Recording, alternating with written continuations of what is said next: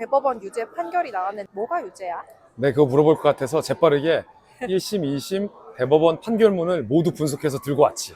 크게는 3개 범죄 혐의에서 유죄가 인정된 거고, 그걸 잘게 나누면 개별적인 범죄 혐의 7개가 모두 다 유죄로 드러난 거야. 사람들이 뭐 표창장만 위조한 걸로 단순히 생각할 수도 있는데 사실은 아니야. 범죄 혐의가 굉장히 많아. 첫 번째는 자녀의 입시 비리 범죄인데, 아들이 로스쿨을 지원하는데 거기에 위조된 인턴십 증명서가 활용되거든. 그런데 그게 위조된 허위 인턴서인 게 이번에 유죄로 드러났어. 조국의 이 PC에서 당시 서울대 공익인권법센터장 명의의 인턴십 확인서를 직접 위조한 증거가 발견된 거야. 그리고 그 위조 과정에 조국 대표의 고의성과 공모 가담이 1심, 2심 대법원에서까지 모두 다 인정된 거지. 그래서 대학원의 입시 업무 방해죄, 그리고 위계 공무 집행 방해죄가 유죄로 인정된 거야.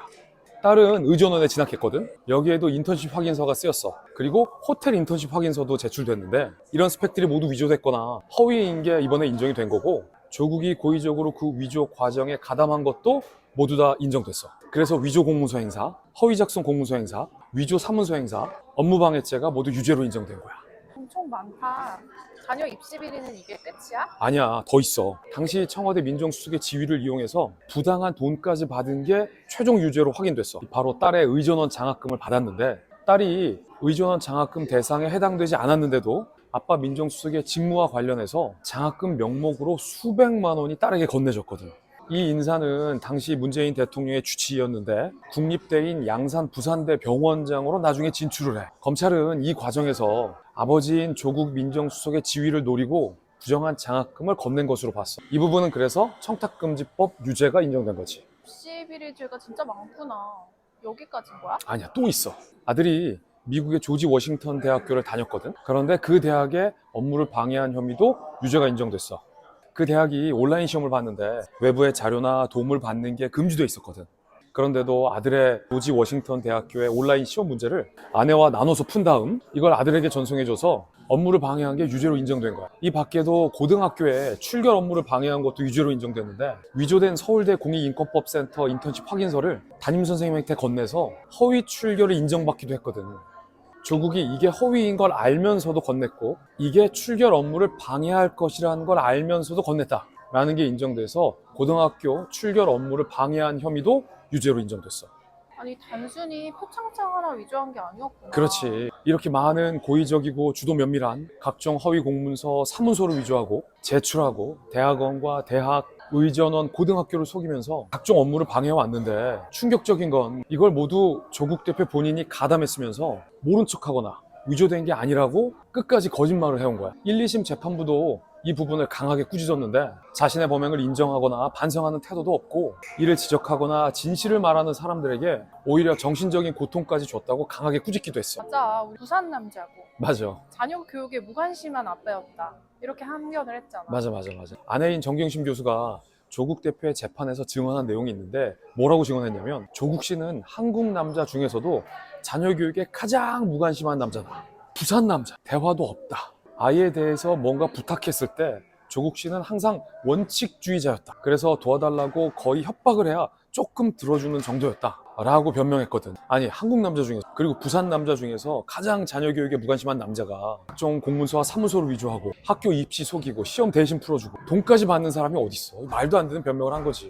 여기서 한국 남자가 왜 나오고 부산 남자는 왜 나오냐는 거지. 새빨간 변명이자 거짓말이었던 게 이번 대법원 판결문에서도 드러난 거야. 조국 본인도 나는 몰랐던 일이고 자녀의 대학 입시 문제는 배우자, 아내의 몫이었다고, 나는 무관심한 공직자여서 아내에게 미안했다라고 변명했는데, 정작 자기 컴퓨터에서 위조에 가담한 증거들이 나오면서 이 변명 또한 거짓으로 드러난 거죠. 아니 이렇게 입시 비리 문제, 청탁금지 범죄도 다 유죄로 드러났잖아. 다른 것도 있어? 또 있어. 민정수석으로 재직하면서 민정수석 산하에 청와대 특별감찰반이 있었거든. 그런데 그 특감반의 감찰을 무마시키고 방해한 범죄도 유죄로 인정됐는데, 당시 부산시의 경제부시장이 금융위원회의 금융정책국장으로 재직할 당시에 기업들에게 편의를 요구하며 갑질을 한다는 의혹이 제기돼서 2017년 하반기에 청와대 특별감찰반의 감찰을 받았거든. 당시 2~3차례의 신문도 이뤄졌고 휴대전화를 포렌식해서 비위 사실과 증거까지 청와대 특감반이 포착했는데 이걸 무마시킨 거야. 그래서 해당 비위 인사가 사모펀드 운용사 등에서 골프채, 자녀 유학비, 항공권까지 받은 게 다 드러나. 그리고 본인도 금품 수수 사실을 인정하기까지 해. 나중에 검찰이 이 부분을 수사해서 문제의 인사를 재판에 넘기는데 뇌물수수 혐의로 구속시켰고 법원도 1, 2심 모두 뇌물죄 유죄를 선고했지. 그러면 기소돼서 유죄 선고받는 거 아니야?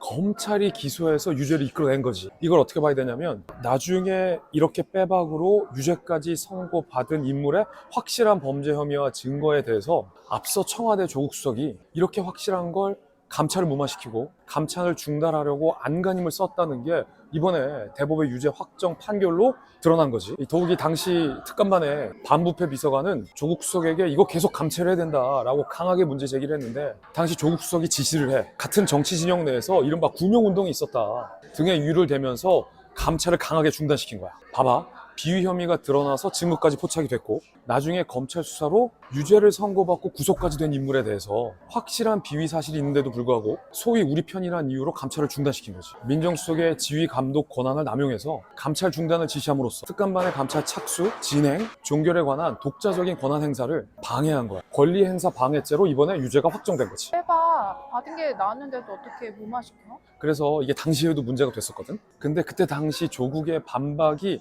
기가 막혀. 뭐냐면 감찰 중단했다. 감찰 중단 사실은 인정하지만 민정수석으로서 이른바 이 정무적인 판단을 했다는 거지. 그래서 민정수석의 정무 판단은 사법적으로 죄를 물을 수 있는 영역이 아니다 라는 논리를 내세워. 그때 문재인 청와대의 홍보수석도 명언을 남겼는데 뭐라고 했냐면 청와대는 이 같은 정무 판단을 일일이 검찰에 물어보고 하는 곳이 아니다 라면서 기다려봐라. 법원이 이 부분 무죄로 판결할 것이다 라면서 큰 소리를 뻥뻥 쳤지. 자기 편이라고 뇌물죄를 눈 감아주는 게 어떻게 정무 판단이야? 그렇지. 굉장히 뻔뻔한 변명이었지. 그래서 그때 당시 검찰개혁위원회 출신의 한 법조인이 당시에 청와대가 입 다물고 있는 게 국민에 대한 최소한의 예의라는 비판을 하기도 했었어. 결국 실형 선고된 뇌물죄를 자기 편이라고 눈 감고 감찰을 중단하는 것은 결코 정무적 판단이 돼서는 안 된다는 거지. 만약에 이런 걸 법원이 정무적 판단이라고 죄를 묻지 않는다면 모든 이 세상의 권력형 범죄는 다 정무 판단으로 빠져나갈 수 있게 되는 거거든. 아주 위법적이고 초법적인 발상인 거지. 그래서 당시에도 한 판사가 조국의 특감반 감찰 중단 지시에 대해서 우리 사회의 근간인 법치주의를 후퇴시켰고 국가 기능의 공정한 행사를 저해시켰다라고 비판한 바도 있었어. 근데 확정 판결이 왜 5년이나 걸렸어? 이 부분이 법원이 강하게 비판받을 대목인데 Justice delayed is justice denied. 그러니까 지연된 정의는 부정된 정의다. 정의가 아니라는 거지. 이게 뭐냐는 거야. 2심 직후에 법정 구속만 됐었어도 범죄자가 자신의 이름을 딴 정당을 만들어서 국회의원이 돼서 우리 사회를 어지럽게 만드는 일이 없었을 텐데 법원이 재판을 질질 끌어주는 바람에 이런 일들이 발생한 거잖아.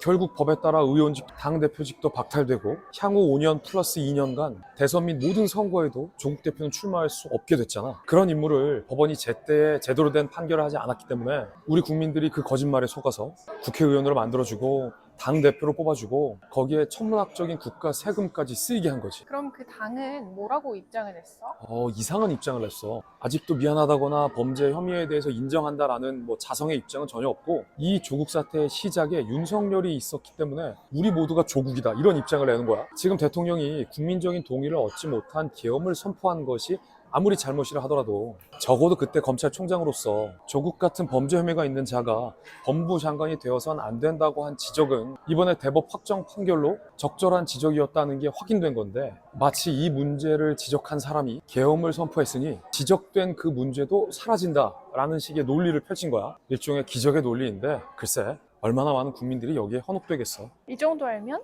이 정도 알면 조국 대표의 모든 범죄 혐의에 대한 1, 2, 3심 판결문에 대해서 다 안다고 보면 되는 거야. 전문가다 전문가.